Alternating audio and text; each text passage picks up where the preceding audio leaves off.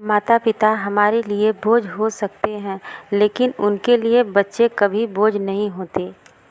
सोमवार की सुबह थी। प्रतिदिन की तरह लंच लेकर मैं ऑफिस के लिए निकल गया।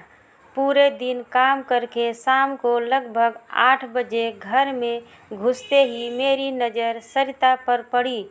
उसे देखकर मैं समझ गया, कुछ तो बात है जो आज सरिता नाराज लग रही है। मैंने अपना बैग टेबल पर रखकर बाथरूम में हाथ पैर धुलकर बाहर निकलकर देखा कि सरिता बिना बोले सोफे के टेबल पर पीने के लिए पानी रखकर किचन में चली गई। सामने कमरे में बच्चे खेल रहे थे।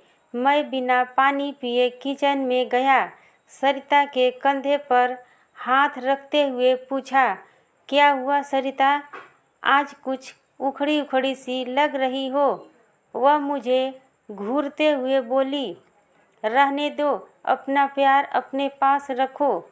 आपको क्या सुबह 8 बजे सूट बूट पहनकर निकल जाना है? बच्चे की फीस जमा हो या न हो, घर में राशन हो या न हो, जूते हो या न हो, न होने के कारण बच्चे को फुटबॉल टीम से निकाल दिया गया। मेरे सेहत के बारे में आपको क्या पिछले महीने डॉक्टर ने कहा था 1 सप्ताह बाद दोबारा दिखा लेना, लेकिन धीरे धीरे आज 1 महीने होने को आ चुका है। आपको शायद इसके बारे में ध्यान तक नहीं होगा। कोई बात नहीं, प्रतिदिन की तरह आज भी आप चद्दर तान कर सो जाओगे।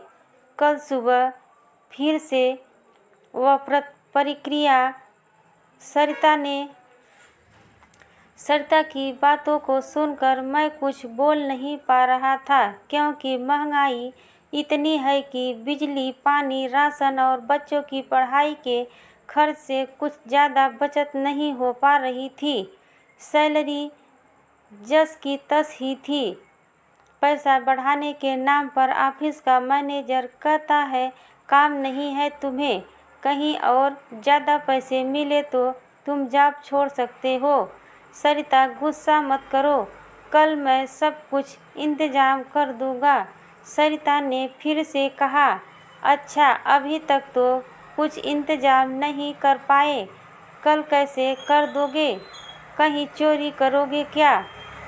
नहीं सरिता, तुम परेशान मत हो, मैं सब कुछ ठीक कर दूंगा। कल छुट्टी लेकर तुम्हें डॉक्टर के पास भी ले चलूँगा। तभी दरवाजे की घंटी बजी। दोनों ने सोचा, इस समय कौन आ सकता है?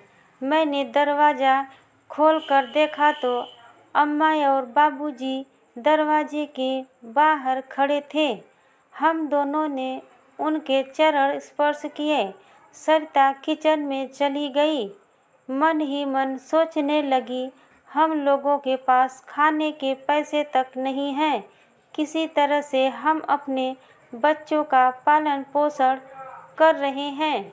ज़रूर बाबू अम्मा खेत की जुताई बुआई के पैसे मांगने आए होंगे।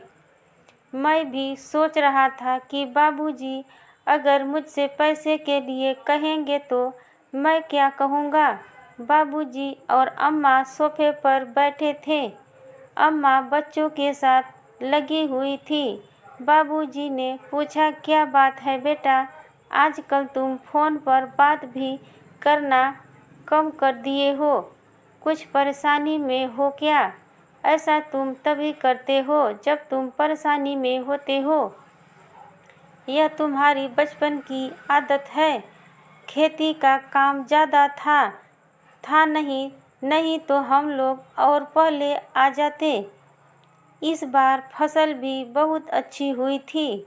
सरिता ने खाना टेबल पर लगा दिया। बाबूजी खाना खाते समय जब भी कुछ कहते मेरी धड़कन तेज हो जाती। कहीं पैसे के लिए न बोल दे। बाबूजी ने कहा, बेटा, गर्मी की छुट्टी होने वाली है, बहू और बच्चों को लेकर गांव घूम आना। सभी का मन बहल जाएगा।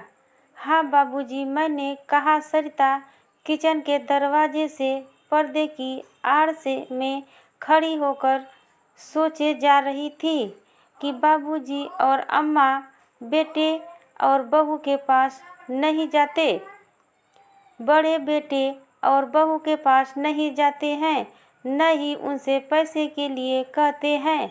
अगर पैसे के लिए बोलेंगे तो हम लोग कहाँ से पैसे देंगे। अगली सुबह मैंने ज़रूरी काम बताकर ऑफिस से छुट्टी ले ली थी। बाबूजी और अम्मा सुबह सुबह गांव जाने के लिए तैयार हो गए। उन्होंने कहा, बेटा, तुम्हारे अम्मा को अपने पोते पोती की बहुत याद आ रही थी, इसलिए हम दोनों देखने चले आए। अम्मा ने अपने थैले में से पैसों की एक मोटी गड्डी निकालते हुए मेरे हाथ में रख दी। मैंने कहा, अम्मा, ये पैसे क्यों? बेटा, मुझे सब समझ आता है। तुम लोग अभी थोड़ी दिक्कत में हो। इन पैसों से सारे काम निपटा लो। इस बार तो फसल भी अच्छी हुई थी, जिसे तुम्हारे बाबूजी ने बेच दिया। उसके बदले में हमें अच्छे पैसे मिले हैं। हम दोनों ने चरण स्पर्श किया। बाबूजी और अम्मा गांव चले गए। दोनों सोफे पर बैठकर सोचने लगे। हम लोग न जाने क्या क्या सोच रहे थे, लेकिन हमारे माता पिता का दिल हम लोग से बड़ा है, जो मुश्किल परिस्थितियों में हमारा साथ देते हैं। हेलो दोस्तों, अगर मेरी स्टोरी पसंद आई हो तो मेरे चैनल को सब्सक्राइब और लाइक ज़रूर कर दीजिएगा दोस्तों। प्लीज़ दोस्तों, नमस्कार दोस्तों, जय हिंद, वंदे मातरम दोस्तों।